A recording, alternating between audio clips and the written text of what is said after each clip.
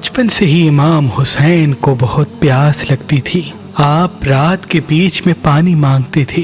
बीबी फातिमा ज़हरा सलामुल्लाह अलैहा का जब वक्त आखिर आता है तो आप इमाम अली से वसीयत फरमाती हैं कि ए अली, मेरे इस बेटे हुसैन को बहुत प्यास लगती है, रात को 2-3 मरतबा उठ के पानी मांगता है, मेरे इस हुसैन को कभी प्यासा रहने न देना। फिर आप वसीयत फरमाती हैं, मेरी शहादत के बाद एक शुजा कबीले से शादी करना, अल्लाह तुझे एक उससे बेटा देगा, उसका नाम अब्बास रखना और उसे कहना कि रसूल की बेटी ने तुम्हारे लिए ये कुर्ता अपने हाथों से बनाया है और उसके हाथ में मेरे हुसैन का हाथ देना और उसे कहना हुसैन का ख्याल रखे। बस इमाम अली बीबी सैयदा की शहादत के बाद बीबी उम्मुल बनीन से शादी करते हैं। अल्लाह उनसे एक बेटा अता करता है, आप उनका नाम अब्बास रखते हैं। जैसे ही जनाब अब्बास थोड़े से बड़े होते हैं, आप फरमाते हैं, ऐ अब्बास, इस हुसैन की हिफाजत करना और मेरे बेटे हुसैन को बहुत प्यास लगती है। रसूल की बेटी वसीयत करके गई थी कि मेरा हुसैन आधी रात को उठ के पानी मांगता है, अब्बास हुसैन के कदमों में सोना और अगर रात को हुसैन पानी मांगे तो उसे पानी पिलाना। जनाब अब्बास पूरी रात जागते रहते थे कि मेरे आका हुसैन को प्यास लगे तो मैं उनको फौरन पानी दूं। बस दौर ऐसा गुजरता है और गुर्बत ऐसी आ जाती है जब करबो बला के मैदान में 10 मुहर्रम के दिन वही हुसैन प्यासा होता है। जनाब अब्बास बार बार उनकी प्यास को देख के गमज़दा होते हैं।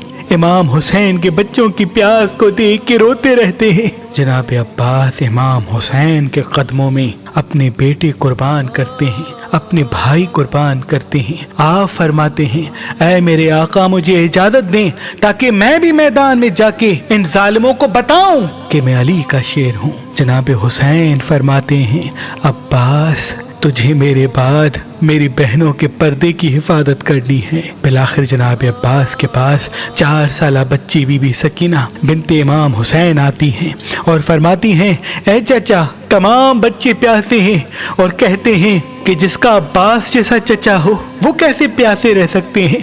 ऐ मेरे चचा, मेरा असगर मर जाएगा, आप नहर से पानी लेके आए। जनाब अब्बास ने बीबी सकीना का माथा चूमा और आप मासूम सकीना को इमाम हुसैन के पास लेके आते हैं। जनाब अब्बास इमाम हुसैन के कदमों पे हाथ रख के फरमाते हैं, ऐ मेरे आका, ये मासूम सकीना मेरे पास आई है और नहर से पानी मांग रही है, मुझे इजाजत दें।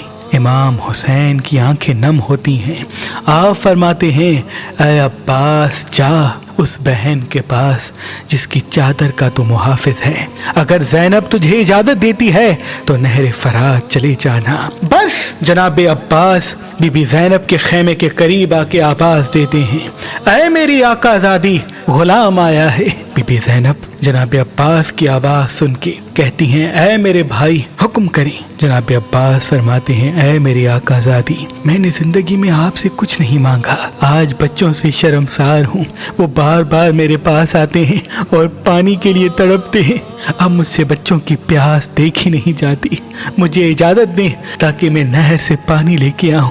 बीबी ज़ैनब ने जैसे ही ये सुना तो आप ज़ारो कतार रो के नजफ की तरफ मुंह करती हैं और कहती हैं, ऐ मेरे बाबा अली, आज मुझे समझ में आता है कि मैं कैदी भी हो जाऊंगी, मेरी चादर भी लुट जाएगी, अब्बास के बाद मुझे बागी भी कहा जाएगा, मुझे पत्थर भी मारे जाएंगे। बस जनाब अब्बास इजाजत लेके शेर की तरह मैदान में आते हैं और लश्कर को चीर के ऐसे हमला करते हैं कि फौज यजीद को खैबर और खंदक याद आ जाती है और तमाम सिपाही भागना शुरू कर देते हैं।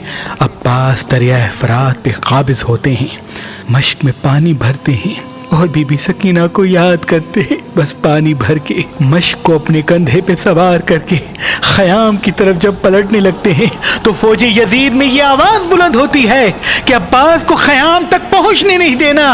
ऐ लोगो, सब मिलके वार करो, اگر پانی حسین تک پہنچ گیا پھر ان کو مات دینا مشکل ہوگی۔ بس جناب عباس تیز تیز خیموں کی طرف جا رہے تھے اور ظالموں نے مل کے وار کرنا شروع کر دیے۔ کوئی تیر مارتا ہے، کوئی نیزے مارتا ہے، کوئی برچیاں پھینکتا ہے۔ تاریخ نے لکھا کئی تیر آپ کے جسم پر لگتے رہے لیکن آپ خیام کی طرف بڑھتے رہتے ہیں۔ بس ایک ظالم چھپ کے آپ کے ایک بازو پہ وار کرتا ہے، آپ کا ایک بازو کٹ جاتا ہے، آپ علم اور مشق کو دوسرے بازو میں سنبھال کے خیام کی طرف جا ہی رہے تھے کہ دوسرا وار ہوتا ہے، آپ کا دوسرا بازو بھی شہید ہو جاتا ہے۔